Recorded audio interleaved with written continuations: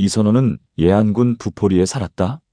목소리가 시원스럽고 좋아서 청년 웅변가라는 칭찬을 들었다. 1926년에 이선호는 21세였다. 처음에 이선호는 과학연구회 상무위원이었다. 1926년 봄 순종이 세상을 떠나셨는데 6월 10일이 인산일이었다.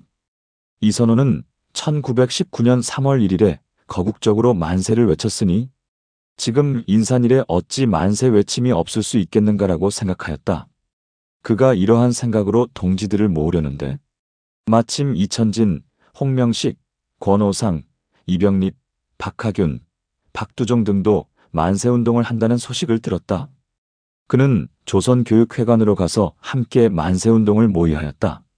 회관은 사람들 이목이 너무 많다 여겨 이들은 평동 김종찬의 집으로 갔다. 경문 6,000매를 인쇄하고 양모, 천으로 태극기 30개를 만들어 10일의 거사를 약속하고 동지들에게 배포하였다. 5월 하순, 김재문이 해영사로 가서 경문 5만 매를 인쇄하였다.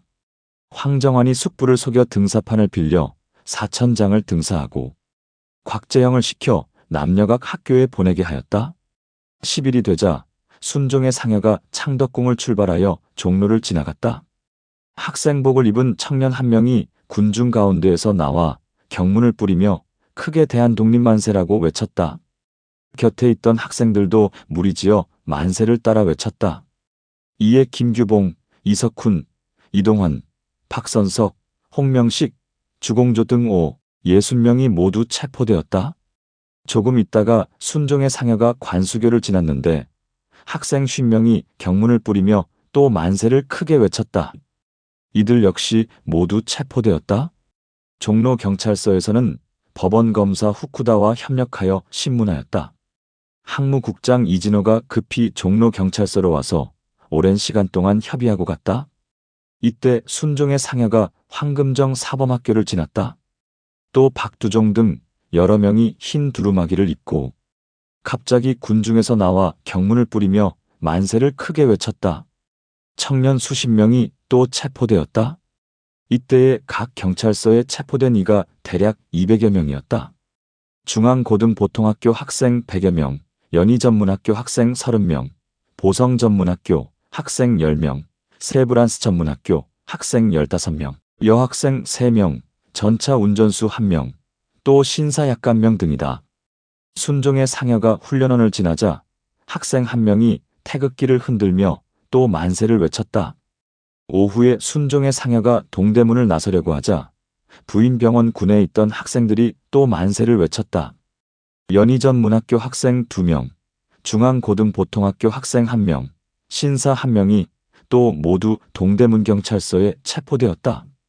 이 시에 창신동 채석장을 지나자 한 노인이 또 만세를 외쳤는데 이 사람은 평안남도 희천 사람이다. 1919년에도 만세운동을 하여 1년형을 받았는데 이날 손가락을 잘라 한지에 피로 태극기를 그려서 또 만세를 외쳤다. 종로 경찰서에서는 이 노인은 반드시 지시한 사람이 있을 것이라고 여기고 신문을 더 심하게 하였다. 순종의 상여가 신설리를 지나자 학생 한 명이 만세를 외쳤고 동관묘를 지나자 박영규, 곽재형, 황정환, 이동환 등 4명이 경문 700매를 뿌리고 또 만세를 외쳤다.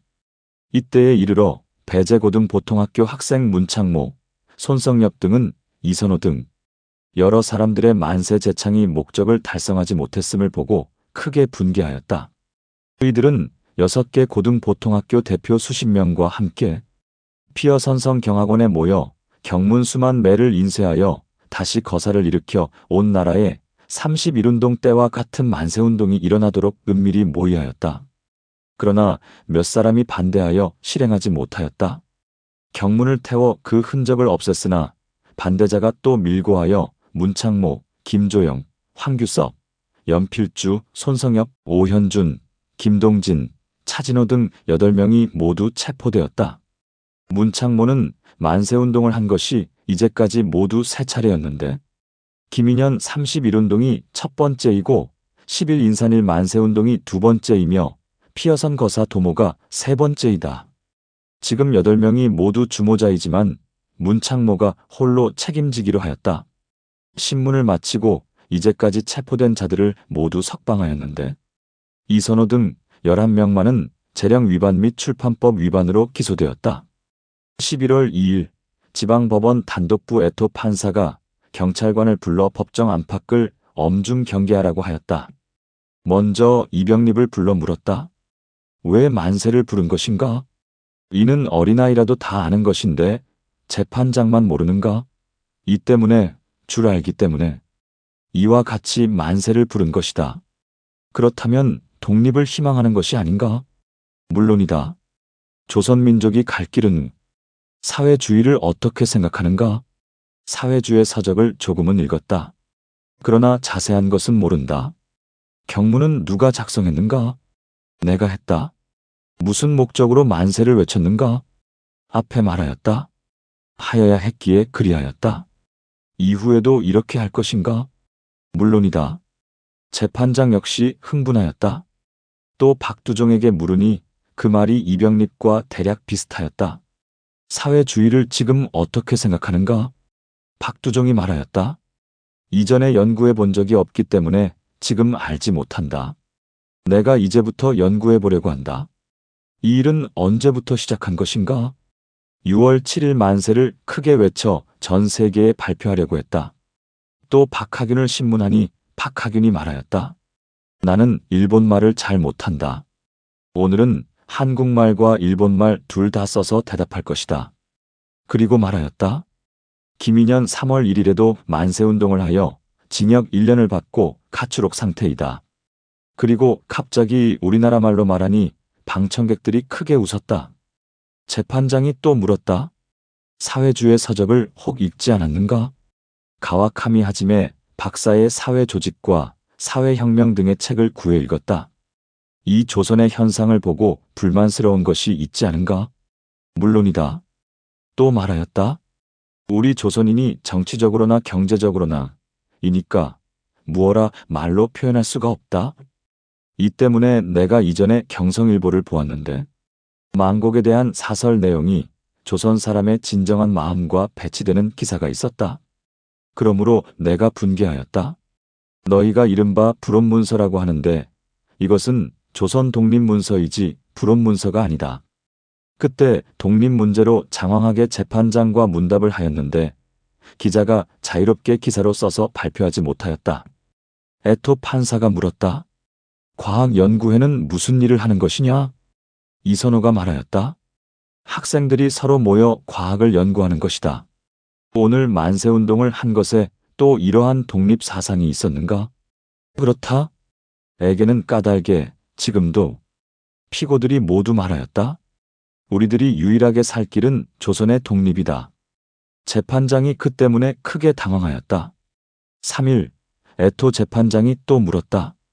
지금 모두들 후회하지 않는가?